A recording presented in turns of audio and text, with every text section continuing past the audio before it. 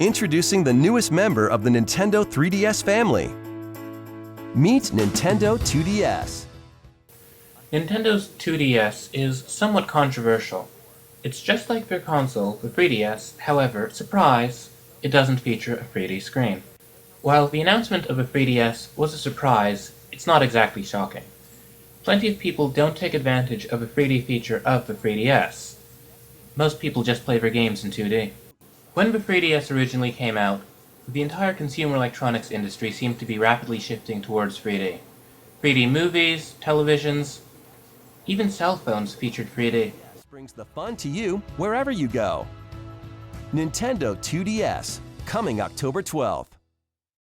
Sony wants to lead the way in bringing the best 3D experience to the consumer. We're excited that we have an opportunity to be the company that truly gets 3D right.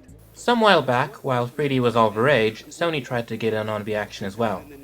They even created a special 3D television for split-screen gaming on a full screen.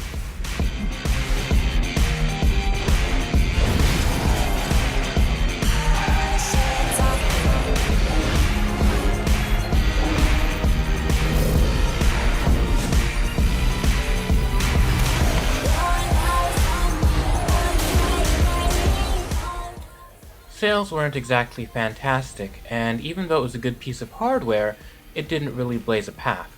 Today, however, 3D doesn't seem to be quite as big a deal as it was a few years ago. There just seems to be a lack of good 3D content. I mean, while there are quite a few great movies available in 3D, that's just the trouble. There's a few great movies available in 3D.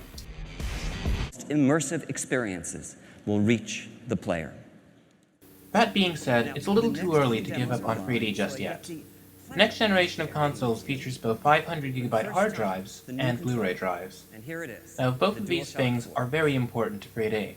The reason being that 3D content takes up a lot of space. Blu-ray discs and large hard drives leave lots of room for 3D content. And in addition to that, the infrastructure for the internet is probably going to be a lot stronger in the 2 or 3 years that the Xbox One and PlayStation 4 become much more common in households. My name is Paul Merlucky, and I'm a virtual reality enthusiast and the designer of the Rift.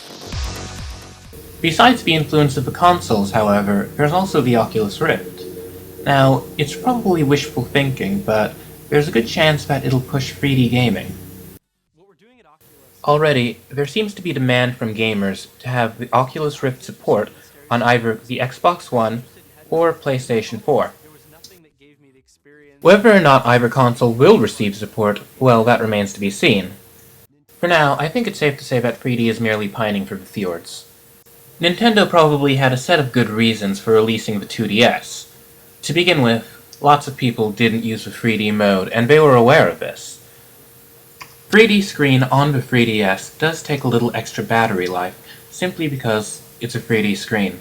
Even when you flip the 3D off, it's still sucking more than an ordinary 2D screen would. In addition to having better battery life, the 2DS is going to be cheaper to produce than the 3DS. It also has a new form factor. Some people don't seem to like it. It's more like a tablet than the DS clamshell design that we've grown used to over the past few years. Besides the form factor and lack of 3D, however, little else has changed with the 2DS. You'll be able to run any 3DS game in 2D, along with any DS games that you have in your library. It comes out on October 12th, around the same time as Pokemon X/Y. Stick with us for further coverage.